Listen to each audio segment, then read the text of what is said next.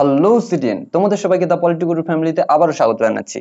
আজকে আমরা তৃতীয় অধ্যায় নাগরিকতা থেকে কিছু এমসিকিউ এসিকিউ প্র্যাকটিস করব। আজ আগের দিন আমরা একটা করেছি পার্ট 1, আজকে পার্ট 2। তো চলো শুরু করা যাক। তো প্রথম প্রশ্ন কি থাকছে? প্রথম প্রশ্ন থাকছে, গ্রেট ব্রিটেনে অনুমোদন সিদ্ধ নাগরিকদের বলা হয় কি? বলা হয় স্বাভাবিক নাগরিক, অপূর্ণ নাগরিক, পূর্ণ নাগরিক, অস্বাভাবিক নাগরিক। কি বলা হবে? পূর্ণ নাগরিক, অপশন বি, তাই তো? তো অপশন বিটা ফিল করব। আমরা ওএমআর নিয়ম আবারও বলে দিই, প্রতিটা ভিডিওই আমরা বলছি যে গোলের ভেতরটা পুরো ভরতে হবে, একটু ফাঁকা রাখা যাবে না। আমার এখানে একটু অসুবিধা হচ্ছে, তাই আমি পুরোটা ফিল করতে পারছি না, একটু অন্যরকম হয়ে যাচ্ছে, ঠিক আছে? এবং বাইরেও বেরোনো যাবে না, মনে রাখবে। এবার কোশ্চেনে আসি। পূর্ণ নাগরিক বলা হচ্ছে গ্রেট ব্রিটেনে, ভারতের ক্ষেত্রেও পূর্ণ নাগরিকই বলা হবে, বাংলাদেশের ক্ষেত্রেও পূর্ণ নাগরিক। বেলজিয়ামের ক্ষেত্রে কি হবে? বেলজিয়ামের ক্ষেত্রে কিন্তু পূর্ণ না, ওটা আংশিক বা অপূর্ণ নাগরিক, ঠিক আছে? ওটা যেরকম রাষ্ট্রপতি উপরাষ্ট্রপতি পদে নিযুক্ত হতে পারে না, এটা মার্কিন যুক্তরাষ্ট্রের ক্ষেত্রেও অপূর্ণ নাগরিক হবে, মনে রাখবে, ঠিক আছে? নাহলে আবার পরে বলবে দাদা তুমি বলনি। নেক্সট কোশ্চেন, অনুমোদন সিদ্ধ নাগরিকরা পূর্ণ নাগরিকের মর্যাদা পায় না, কোথায়? এক্ষুনি বললাম, বেলজিয়াম, বেলজিয়াম এবং মার্কিন যুক্তরাষ্ট্র। তো অপশন বি, ঠিক আছে? নেক্সট কোশ্চেন, কোন দেশের মহিলাকে কোনো বিদেশি পুরুষ বিয়ে করলে তিনি সেই দেশের নাগরিকত্ব পাবেন? দেখো সাধারণত হয় মহিলারা যেই দেশেরই হোক সেই দেশের কেউ যদি বিয়ে করে আনে স্বামীর নাগরিকত্ব পায়, কিন্তু কোন দেশের আইন অনুযায়ী মহিলার নাগরিকত্ব অনুযায়ী নাগরিকত্ব পেতে পারে তার স্বামী? কোন দেশ? অপশন এ, জাপান, ঠিক আছে? নেক্সট কোশ্চেনে যাওয়া যাক। নেক্সট কোশ্চেন কি থাকছে, কোন দেশের অঙ্গরাজ্যগুলির জন্য স্বতন্ত্র নাগরিকত্ব প্রদানের ব্যবস্থা রয়েছে? কোন দেশ?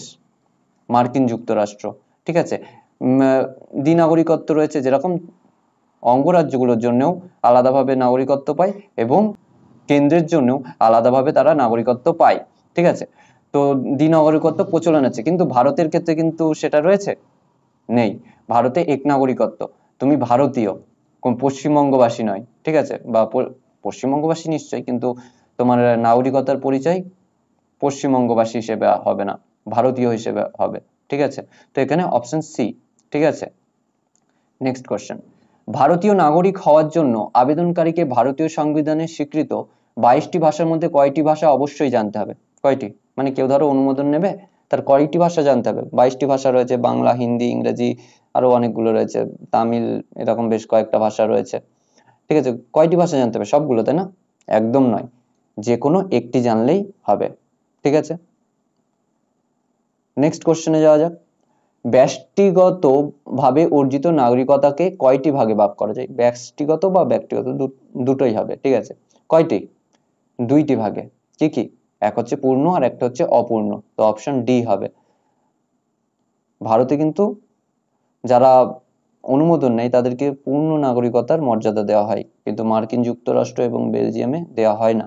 নেক্সট কোশ্চেন কি থাকছে, সিকিমের ভারতভুক্তির পর সেখানে অধিবাসীরা যে পদ্ধতি অনুসারে ভারতীয় নাগরিকতা অর্জন করেছিল সেটি কি? সমষ্টিগত নাগরিকতা, তাই না? অনুমোদন পেয়েছিল, এটা অনুমোদনেরই দুখানা ভাগ, একটা সমষ্টিগত আর একটা ব্যষ্টিগত, তাই না? তার মধ্যে সমষ্টিগতটা পেয়েছিল। নেক্সট, তো এখানে কি হবে? Option B. নেক্সট কোশ্চেনে যাওয়া যাক। নেক্সট কোশ্চেন, কবে ভারতবাসীরা নাগরিকতা অর্জন করেছিল? কবে?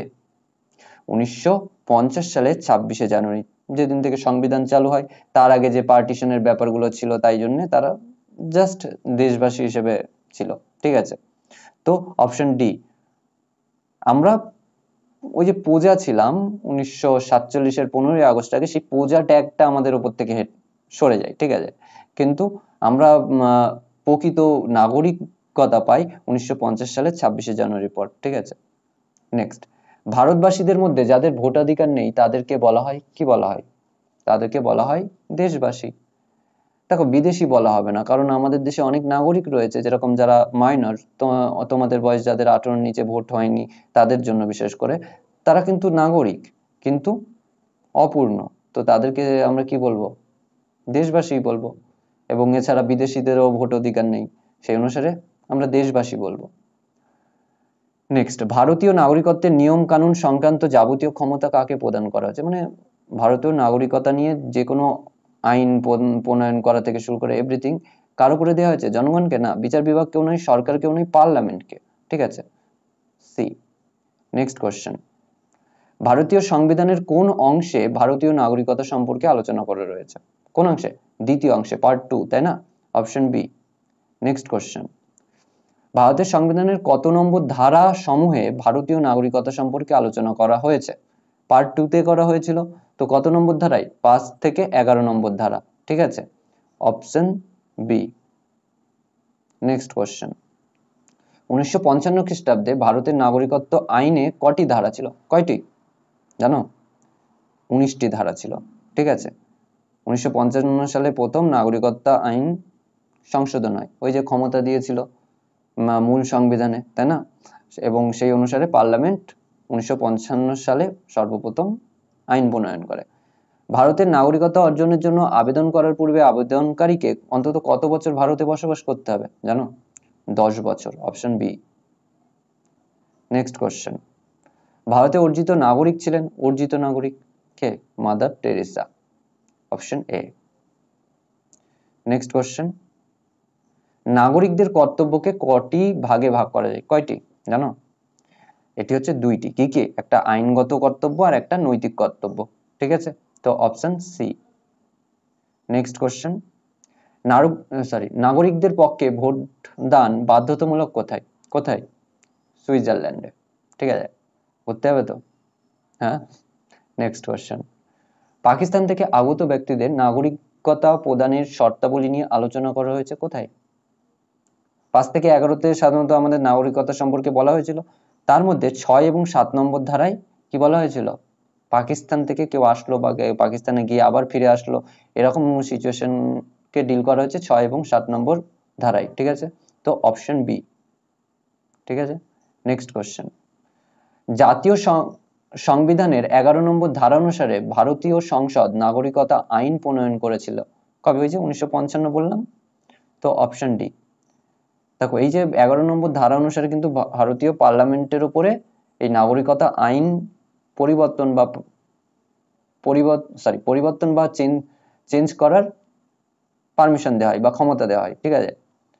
নেক্সট কোশ্চেন, কোন শিশুকে জন্মসূত্রে ভারতীয় নাগরিক বলে গণ্য করার অন্যতম মানদণ্ড হলো তাকে জন্মগ্রহণ করতে হবে?